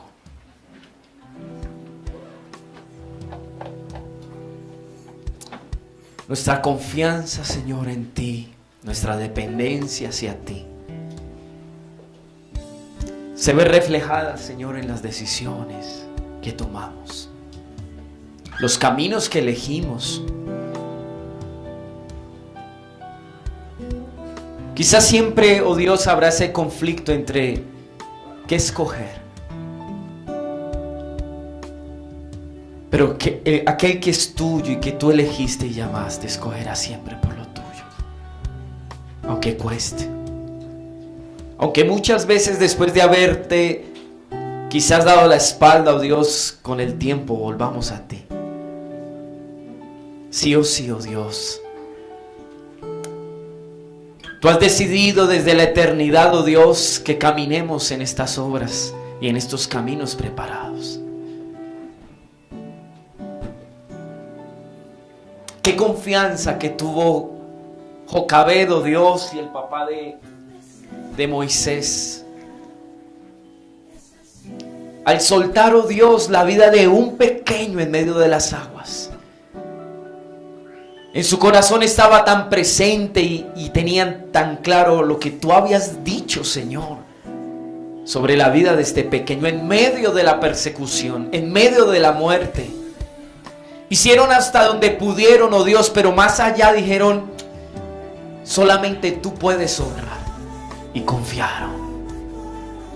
Aún, oh Dios, la fe, oh Dios, de estos padres ayudó a que el destino, oh Dios, de un hijo, Padre, se encauzara. Y en todo vieron tu providencia, en casa, oh Dios, del faraón. Porque el mismo que dio la resolución de muerte, bajo el mismo techo de ese hombre, tú resguardaste y protegiste un propósito. Para dejarnos ver que tú tienes el control y eres soberano. Pero definitivamente hubo un momento en la historia, oh Dios, de este hombre, de este joven, oh Dios, donde él tuvo que recordar y darle valor al propósito y al llamamiento que tú habías establecido en él. Él quiso hacerlo a su manera. Él pensó que tú lo habías llevado, Dios, a Egipto, porque allí lo habías hecho grande, oh Dios, y usar esa grandeza y esa posición para cumplir el propósito. Pero no era así. Y seguramente él tuvo, Dios, que verse confrontado y tuvo que reflexionar y decir, este no es mi lugar. Solamente fui preservado aquí, nada más. Y Dios no va a usar ni la riqueza que tengo, ni la posición, ni la influencia que pueda tener. Ni siquiera yo, como un hijo de pronto putativo de Faraón, pudiera hablarle a él diciéndole, mira, me caen bien los judíos, tú de pronto no sé si sabes o no el origen mío, ayudémosles. No, tú no usaste nada de esa plataforma, pero lo llevaste allá, oh Dios, para que él pudiera vivir un proceso de madurez, en el cual él tuvo que tomar una decisión, porque al final pesó más lo que tú habías puesto en él que lo mucho que pudiera haber tenido, o lo prometedor o lo seguro que se sintiera allí. Escogió lo tuyo, Dios, aunque sabía que tenía que sufrir. Señor, lo que pesó en su decisión no fue el sufrimiento, sino el honrarte a ti y que se cumpliera tu palabra. Y te damos gracias porque has ilustrado a través de la vida de un hombre y sus decisiones, la fe que hoy, Señor, tú nos llamas allí, Señor, a levantar en medio de nuestros corazones. Tú no la diste. Y tal vez muchos de nosotros estamos en esos momentos, oh Dios, en esa dualidad, decidiendo. Y usas este mensaje para confirmar nuestro corazón, para alentarnos, para animarnos, oh Dios, Porque has hablado, Dios, de la posición de Dios de un hombre, Padre, que tuvo, Padre, que sopesar lo que decidía. Pero al final, oh Dios, Él entendió que lo que decidió tenía más valor que cualquier cosa. Siempre tú tendrás más valor. Tus caminos, tu palabra, tu instrucción, tu consejo. Depender y confiar en ti. Decidió confiar en lo que no veía y dejó de confiar en lo que tenía y veía.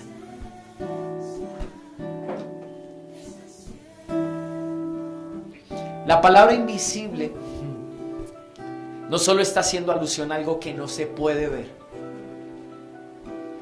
Y póngame aquí atención un momento. El original de la palabra invisible, cuando yo, por ejemplo, me imagino algo invisible, no sé, me tengo que traer a memoria lo que de pronto en las películas de pronto le han hecho entender lo que es algo invisible, algo que no se ve. Pero la palabra invisible tiene que ver con algo que no se ha revelado, que no se ha manifestado aún. Esa es la connotación de esa palabra.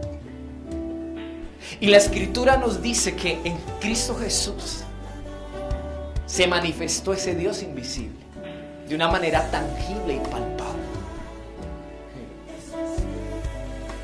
Quiere decir que en el Señor podemos conocer y ver claramente quién es nuestro Dios. Quiere decir que contamos con algo a favor. Ese Dios invisible que antes no se conocía, que no se había manifestado y revelado, en Cristo se manifestó. La palabra invisible es eso, que no se ha manifestado y no se ha revelado aún. Esa es la connotación y la raíz. Y en Cristo se nos manifestó. O sea, si usted dice, bueno, pero yo quiero saber cómo es el Padre, mire a Jesús en su carácter. Usted quiere decir, bueno, yo quiero conocer cuánto Dios me ama, mire a Cristo. Y en el amor de Jesús usted sabrá cuánto el Padre le ama. Usted puede decir, bueno, ¿cuánto valgo yo para Dios? ¿Qué es lo que Dios piensa de mí? Vaya a las palabras de Jesús, a la obra de Jesús, y entenderá quién es el Padre. Él es palpable. No hay, mire, quiero que sepa, no hay mayor obra que Dios pueda hacer para manifestarse que la obra de la cruz, y para dejar evidente lo que Él es. En la cruz se revela la totalidad de lo que es Dios. Amén. Amén. Ahora usted y yo podemos poner nuestra mirada en Cristo y en Él encontrar la motivación para seguir creyendo. Hay una versión que es la Usejo que dice, Él desechó los tesoros de Egipto. No tuvo temor a que el faraón tomara represalias y en su enojo quisiera hacer algo en contra de él, sino que él se mantuvo firmemente en su convicción porque sabía en quién confiaba. Dice esa versión así, y eso me pareció muy lindo, porque esta palabra nos anima a perseverar en medio de lo que tenemos que vivir por causa de lo que hemos elegido. Esa elección se va a probar, es verdad, amados. Nuestra fe en el Señor se va a probar. Y cada uno en la etapa y en el proceso que vive. Los jóvenes tal vez tendrán que sufrir el rechazo de lo que tú decías.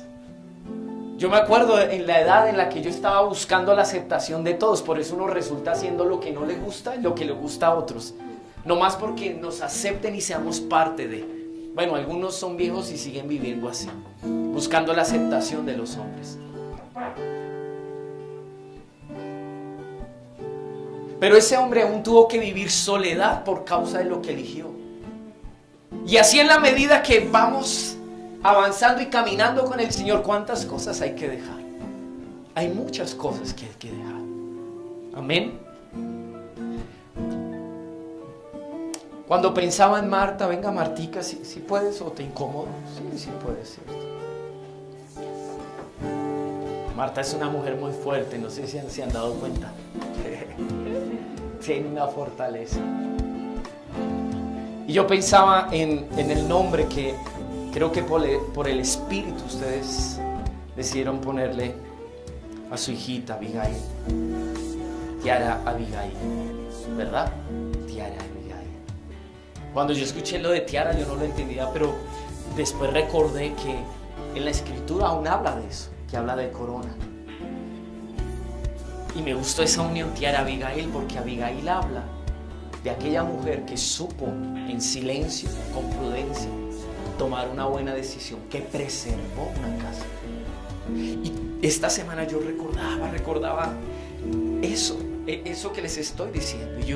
Y el Señor me habló y me dijo: aún el nacimiento de esta niña es una señal para la casa, porque su nombre ilustra lo que yo les he enseñado. Una mujer que decidió más allá de lo que amaba, porque ella amaba seguramente el necio que tenía al lado, ¿verdad? Nabal. Y por encima de lo que de pronto pudiera haber pensado su esposo, incluso ella, sentido a favor de su esposo, ella entendió que su esposo no decidió conforme a lo que iba a preservar su casa.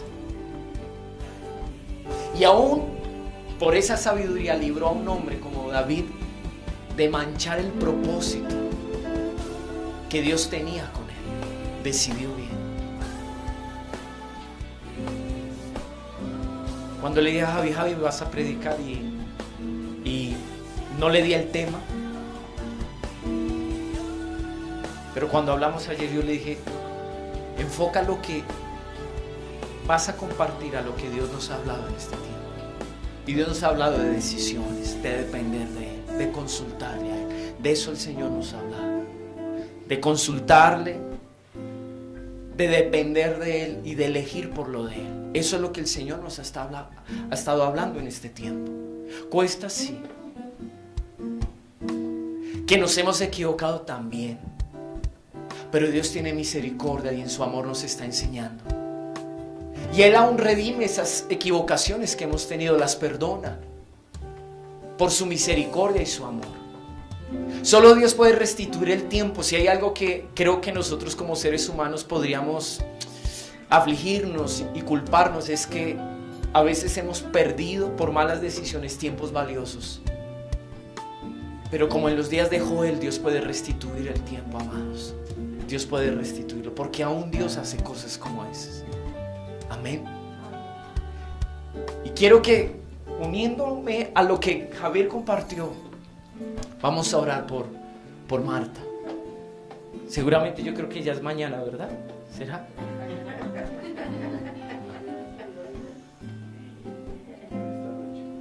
O esta noche. Al final va a ser en el tiempo de Dios. Yo le preguntaba a mi madre el viernes acerca de mi nacimiento. Y ella decía que mi nacimiento fue muy difícil porque parecía que yo no quería nacer. O sea, cuando empezó el parto yo me mandé para arriba, para esta parte. Dice que una enfermera tuvo que ayudar a empujar arriba la barriga para sacarme.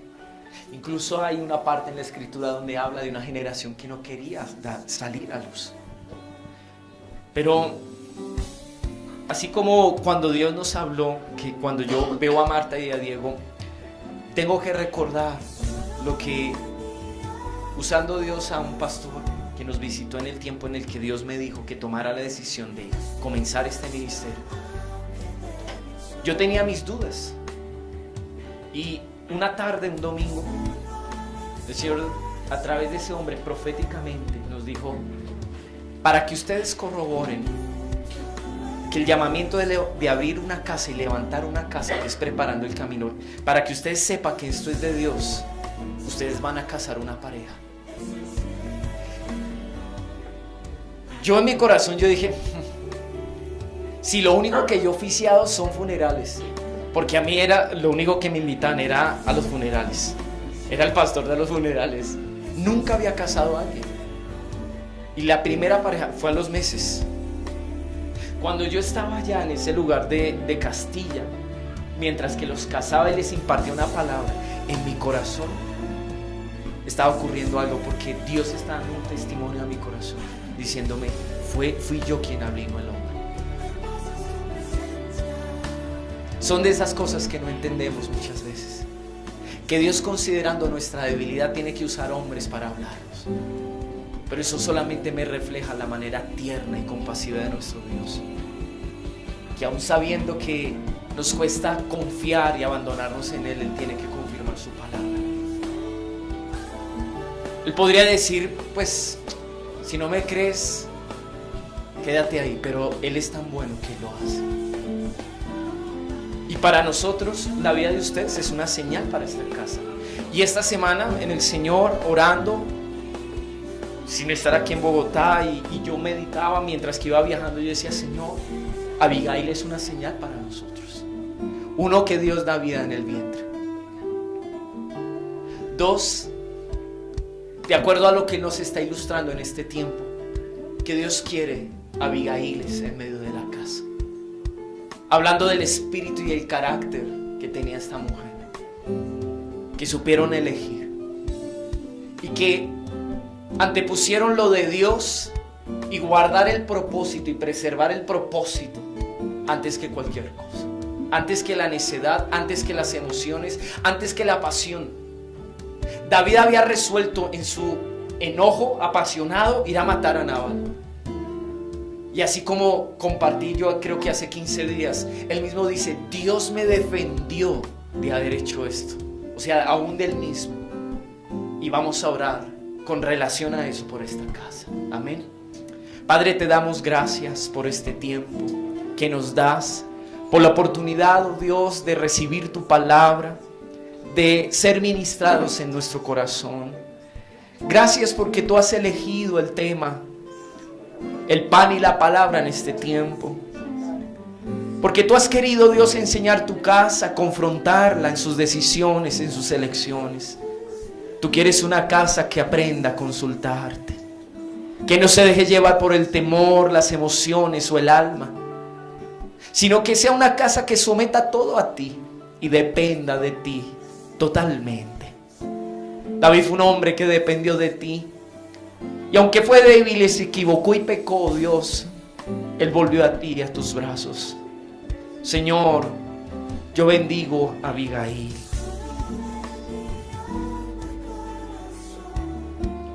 Abigail, tú eres de Dios. Y este nacimiento es algo que Dios eligió y Él preparó. Y en el nombre de Jesús, yo te pido que hoy tú te alinees y salgas al encuentro del propósito de Dios. Y que sea algo definitivo en tu carácter, y que desde tu infancia, en la manera de pensar, en la forma de hablar y en la manera en la que tú te comportas, nos recuerdes lo que Dios en este tiempo nos enseñó.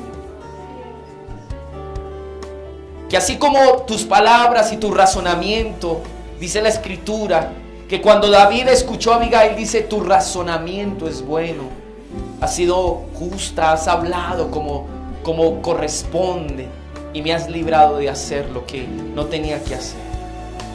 Que así sea siempre el recordatorio de cómo la palabra sale a nuestro encuentro, el razonamiento de Dios, el pensamiento de Dios para corregir nuestros caminos, para volvernos, para enderezarnos. Que aun cuando nosotros estemos cegados en nuestras emociones, en nuestras reacciones, Señor, tú nos salgas al encuentro, la prudencia y la sabiduría salgan a nuestro encuentro para ayudarnos a tomar decisiones.